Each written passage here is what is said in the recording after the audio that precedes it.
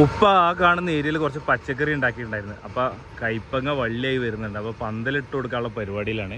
നമ്മളിതാ രാവിലെ തന്നെ തോട്ടത്തിലേക്ക് പതിവ് പോലെ ഇറങ്ങിയിട്ടുണ്ട്. നമ്മുടെ തണ്ണിമത്തൻ്റെ സൈസ് നോക്കുകയാണെങ്കിൽ അൽഹംദുലില്ലാ അത്യാവശ്യം കുഴപ്പമില്ലാത്ത രീതിയിൽ സൈസ് ഇതാ കയറിക്കൊണ്ടിരിക്കുന്നുണ്ട്. എങ്ങനെയായാലും ഒരു 1.5 കിലോ ആ റേഞ്ചൊക്കെ എത്തിയിട്ടുണ്ടാവും എന്ന് പ്രതീക്ഷിക്കുന്നു, അല്ലെങ്കിൽ 2 റേഞ്ചൊക്കെ. ഇപ്പോൾ ഇവിടെ നമുക്ക് യെല്ലോ വെറൈറ്റിയാണ് കാണുന്നത്. ഇങ്ങോട്ട് നോക്കിയിട്ടുണ്ടെങ്കിൽ ഒരു വെറൈറ്റി ഇവിടെ ഉണ്ട്. ഇതും കുഴപ്പമില്ലാത്ത രീതിയിൽ സൈസ് കയറിക്കൊണ്ടിരിക്കുന്നുണ്ട്. ഇവിടെയൊക്കെ കായ പിടിച്ചിട്ടുണ്ട് കേട്ടോ. അൽഹംദുലില്ലാ നല്ല രീതിയിൽ നമുക്ക് കായ പിടിച്ച് കാണാൻ പറ്റും. യെല്ലോ ആണ് എടുക്കുന്നത്, ഇടയിലൊക്കെ കാണുന്നത്. അതുപോലെ തന്നെ ഇവിടെ നമുക്ക് കാണാൻ പറ്റും, യെല്ലോ കാണാൻ പറ്റും. പിന്നെ ഇവിടെയൊക്കെ വള്ളി മൂത്ത് തുടങ്ങിയിട്ടുണ്ട്. ഷമാമൊക്കെ ഇവിടെ സൈസ് കയറിയിട്ടുണ്ട്. ഷമാമുദ ചെറുതൊക്കെ ഇവിടെ നമുക്ക് കാണാൻ പറ്റും. ഇതെവിടെ ഷമാമുദ. ഷമാമിൻ്റെ വള്ളി സ്റ്റാർട്ട് ചെയ്യുന്ന സ്ഥലങ്ങളിൽ തുടക്കത്തിലുള്ള ഇലകളുണ്ടല്ലോ, അതൊക്കെ മൂത്ത് തുടങ്ങിയിട്ട് മഞ്ഞ കളറിലേക്ക് വന്നിട്ടുണ്ട്. നമുക്ക് ഹാർവെസ്റ്റിങ്ങിൻ്റെ ഒക്കെ ടൈമായി തുടങ്ങിയിട്ടുണ്ടാവും എന്ന് പ്രതീക്ഷിക്കണം. ഈ ഷമാമിന് എന്തോ പറ്റിക്കണതുകൊണ്ട് ഒരു കറുപ്പ് കളർ കാണുന്നുണ്ട്. പിന്നെ വെരി ഇമ്പോർട്ടൻ്റ് ആയിട്ടുള്ളൊരു കാര്യമാണിത്. നമ്മളെ കായ്ച്ചകളെ പിടിക്കാനും വേണ്ടി ഉണ്ടാക്കിയിട്ടുള്ള ട്രാപ്പ്.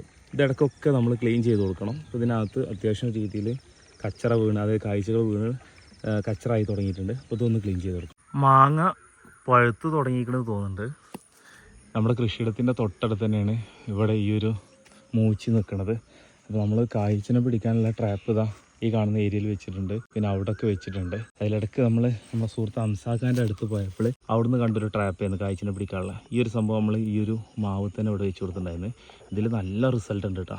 കായ്ച്ചൽ അത്യാവശ്യം നല്ല വീണിട്ടുണ്ട്. ചെരുപ്പ് ഊരിയിട്ട് പതുക്കെ പോകണം. നമ്മൾ ഈ കാല് വെക്കണ സമയത്ത് ശ്രദ്ധിച്ചിട്ടില്ലാണ്ട് ഈ വണ്ടിയിലെ ഇവിടെ ഒരാൾ കിടക്കുന്നുണ്ട്. അപ്പോൾ ഇതിൻ്റെ പുറത്ത് ഈ വള്ളിയിലൊക്കെ ചവിട്ടി കഴിഞ്ഞാൽ വള്ളി ചാഞ്ഞ് കഴിഞ്ഞാൽ അതിൻ്റെ അപ്പുറത്താവും കായ ഉണ്ടാവുക. അപ്പോൾ അത് ചിലപ്പോൾ ഉണങ്ങി പോകാനോ വാടി പോകാനോ ചാൻസ് ഉണ്ടാവും. അപ്പോൾ ഭയങ്കര ശ്രദ്ധയോട് കൂടിയിട്ട് ഷമാമ് ഏകദേശം ഒരു 55 ദിവസം കൊണ്ടൊക്കെ ആവുമെന്നാണ് അറിയാൻ കഴിഞ്ഞത്.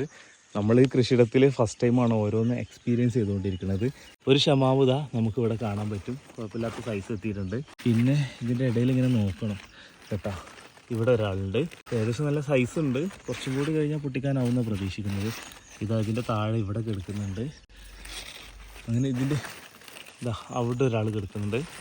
അപ്പോൾ ഷമാമ് കുഴപ്പമില്ലാത്ത ഇതാ ഇവിടെ ഒരാൾ കിടക്കുന്നുണ്ട്.